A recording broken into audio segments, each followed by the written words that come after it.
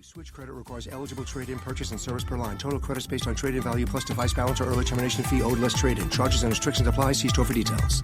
Blog Talk Radio. Well, good evening, everybody. This is Nancy Ryan. Ryan rocks it Asbury Park style.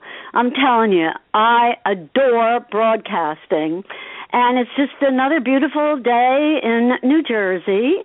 But without further ado, I want to introduce to you my very special guest this evening, who I have not seen in person in quite a while because he moved away, and he'll tell you all about that.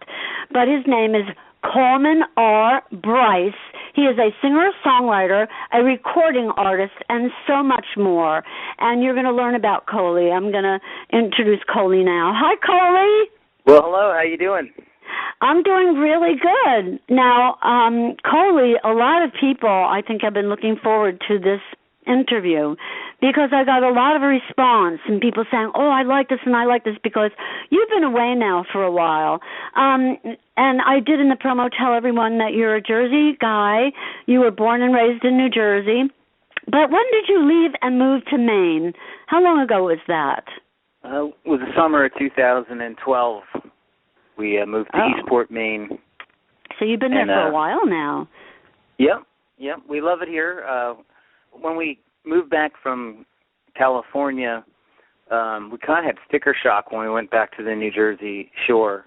And I was looking for a place where, in New Jersey, I always kind of felt like a divided spirit. There was the artistic and intellectual aspect of myself that came alive in Asbury Park and its music and creative cultural community, and then kind of more the rustic, outdoorsy, masculine aspect of my personality felt much more at home at the La Valette Fire Department and boating and in the ocean and all that. And somehow those worlds seemed really far apart in New Jersey, but when I moved up to Eastport, I really found myself in the middle of a very eclectic, fiercely eclectic, but really charming and diverse community comprised of some really amazing artists and,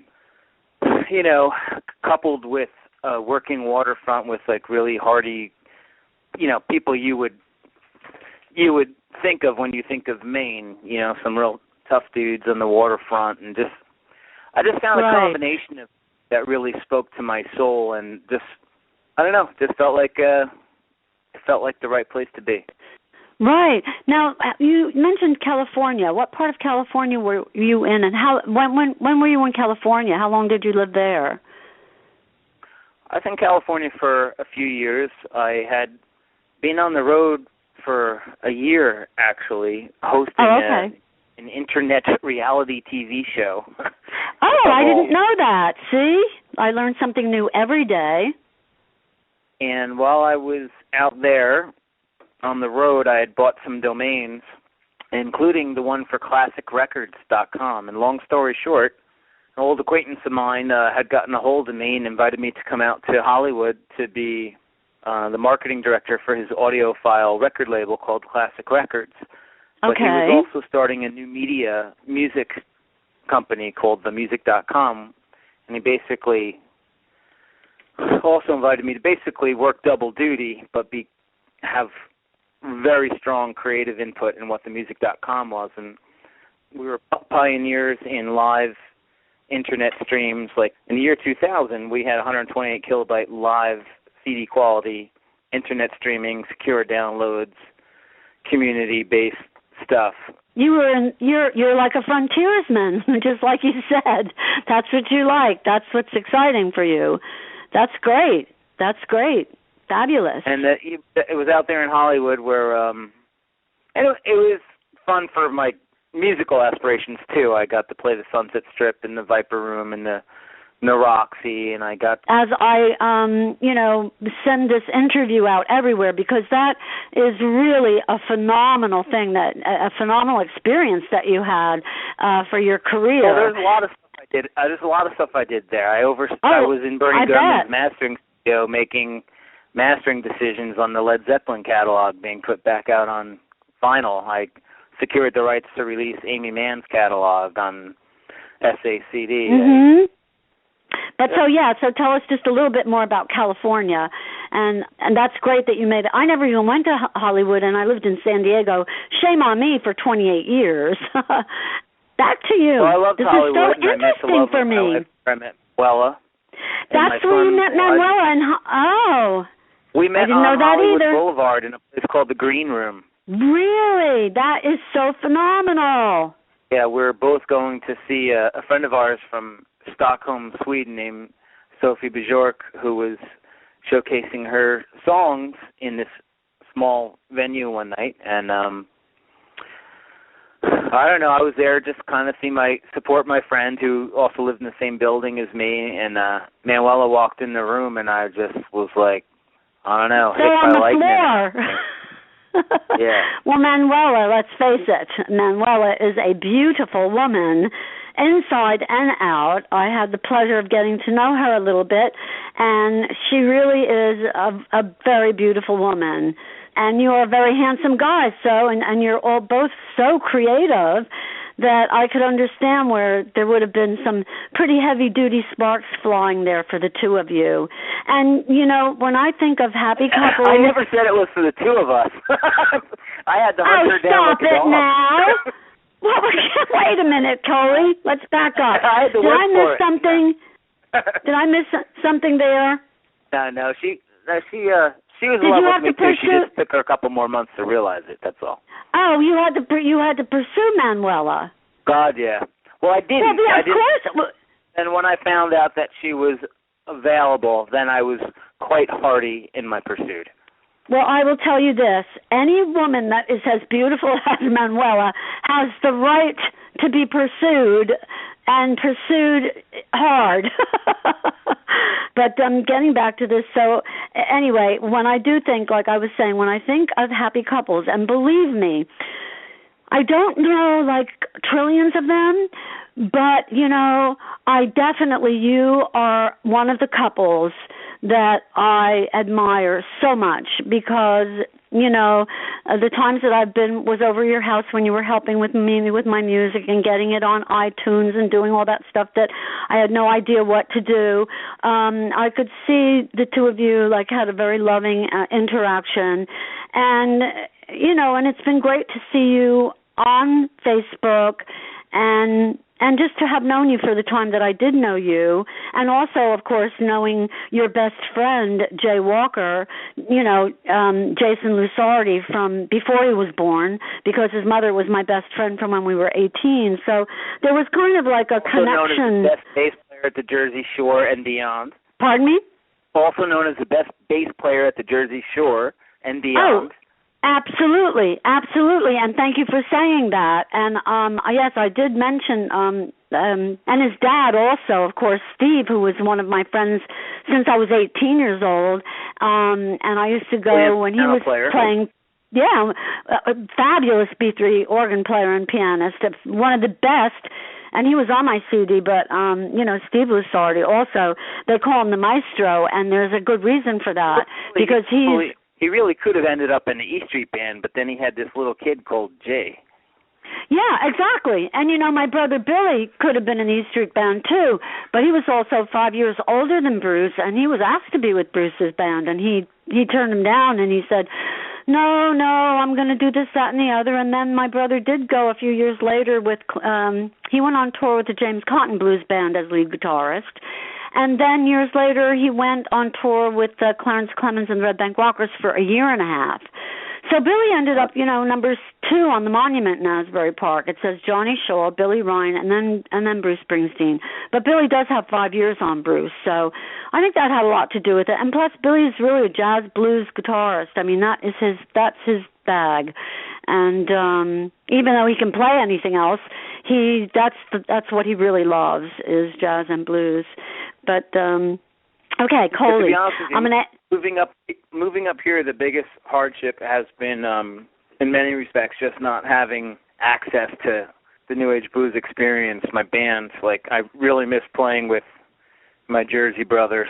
I bet. We do get together a few times a year for gigs, but the biggest, and they miss you. Yeah, I definitely miss them personally and musically. I mean, we just we just had a certain sound together and a certain rapport with each other that when we get together, it's just kind of effortless. I know. Well, I had the blessing of playing, being on stage once with you guys at the Saint, and that was a trip.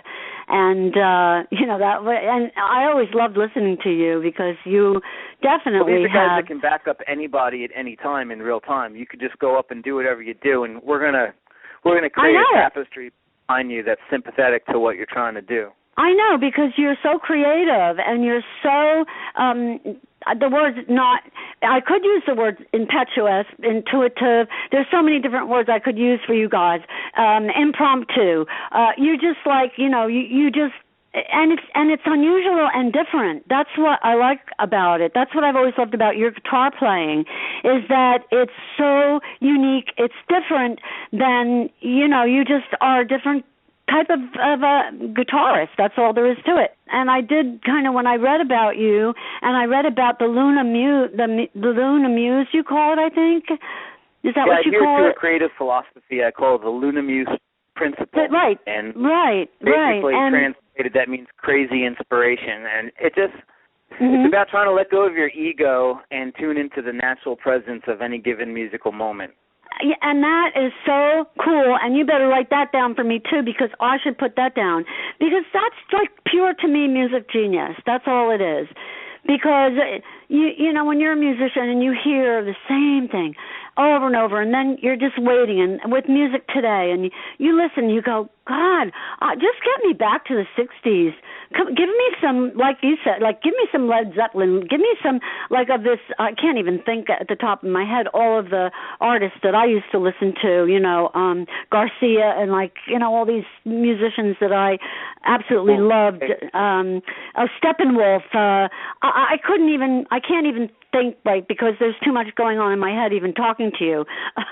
I'm so excited. I was so excited to talk to you because it's been quite a while. Like you said, since 2012, it's going to be 2016. That's like 4 years. That's a long time. Time flies, but that is still a long time, 4 years to be away from the Jersey Shore music scene. I know you've been here. You've visited, but it's different than living here day after, being here every day. It is, and you appreciate the time you're there more. It's more sacred, every little salt there. Yeah. You just appreciate your visits there more when you don't have it every day. But I want to ask you this. This is the main question. Who influenced you the most when you were growing up, and why? Doesn't have to do with music or anything. It just could be about anything. Just whoever influenced you the most when you were growing up, and why, as a kid. I think my Uncle Ribby. My uncle is deaf, and he, when people were trying to get out of Vietnam, he actually snuck his way into the Army and overcame his handicap to be accepted.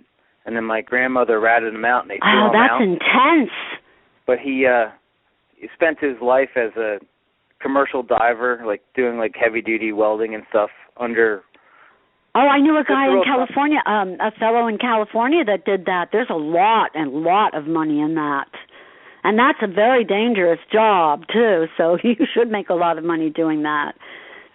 Well, it wasn't so much that he made so much money that was what made him... Well, I know, but I just was thinking about this fellow because people are trying to get out of Vietnam, and your uncle is going into Vietnam.